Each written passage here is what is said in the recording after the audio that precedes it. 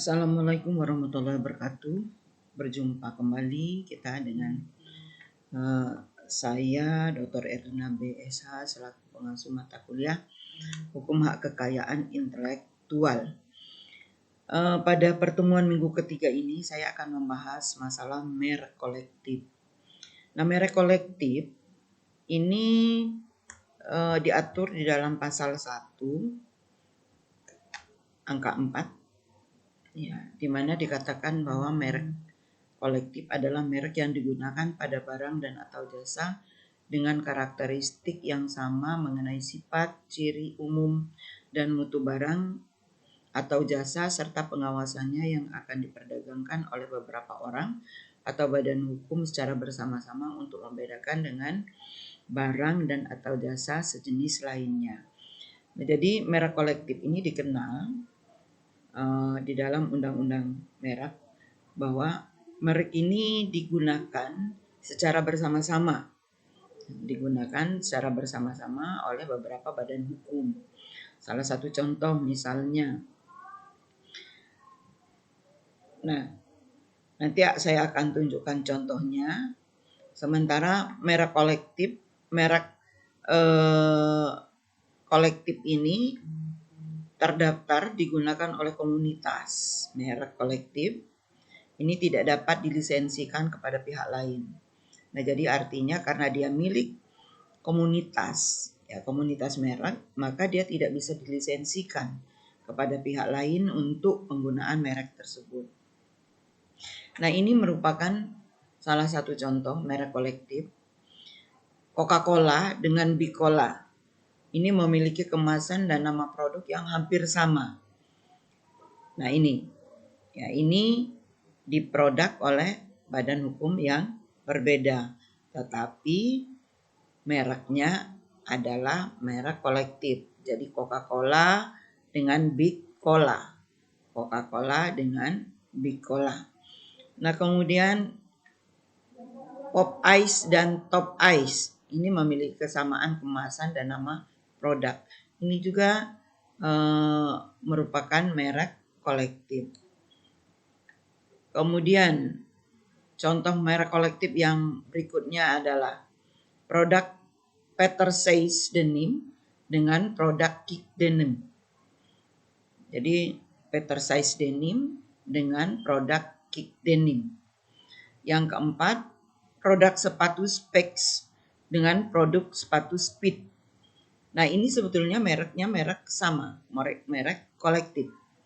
Diproduk oleh perusahaan yang berbeda, tapi mereknya adalah merek kolektif, merek yang dimiliki oleh badan hukum yang berbeda. Nah, selanjutnya di dalam undang-undang merek dikenal adanya penghapusan merek. Ini diatur pada pasal 72 undang-undang merek. Jadi penghapusan merek ini bisa oleh pemiliknya. Yang pertama karena merek terdaftar dapat diajukan oleh pemilik merek yang bersangkutan kepada menteri. Jadi penghapusan merek itu dapat diajukan oleh si pemilik merek kepada menteri. Yang kedua, permohonan penghapusan dapat diajukan oleh pemilik merek atau melalui kuasanya, baik untuk sebagian maupun seluruh jenis barang dan atau jasa. Permohonan penghapusan merek masih terikat perjanjian lisensi.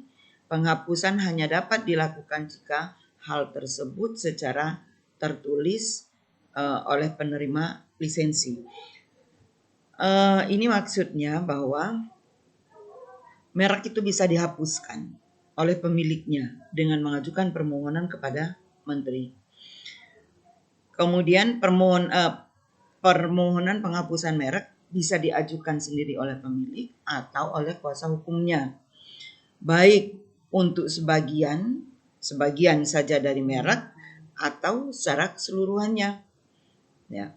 Sementara permohonan penghapusan merek yang masih terikat perjanjian lisensi dengan pihak lain, atau dengan kata lain merek tersebut sedang digunakan oleh pihak lain, maka penghapusan merek hanya dapat dilakukan jika penghapusan tersebut disetujui secara tertulis oleh si penerima lisensi. Selanjutnya, penghapusan merek juga bisa dilakukan oleh menteri. Nah, penghapusan merek terdaftar dilakukan atas prakarsa menteri. Jika pertama memiliki persamaan pada pokoknya dan atau keseluruhannya dengan indikasi geografis. Kemudian yang kedua, bertentangan dengan ideologi negara, peraturan perundang-undangan, moralitas, agama, kesusilaan, dan ketertiban umum. Kemudian yang ketiga, memiliki kesamaan pada keseluruhannya dengan ekspresi budaya tradisional, warisan budaya, tak benda, atau nama atau logo yang sudah merupakan tradisi turun-temurun. Nah, jadi artinya bahwa penghapusan merek itu bisa dilakukan oleh si pemilik merek, bisa dilakukan atau ini atas inisiatif dari menteri.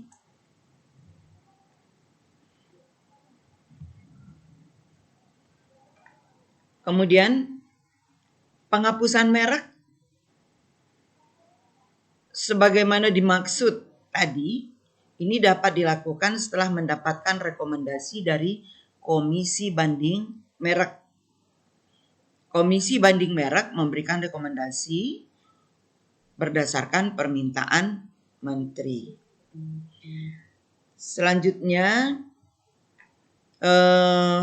saya kira khusus untuk merek kolektif dan penghapusan merek, saya cukupkan sampai di sini. Nanti akan kita lanjutkan kepada part berikutnya, yaitu tentang indikasi geografis.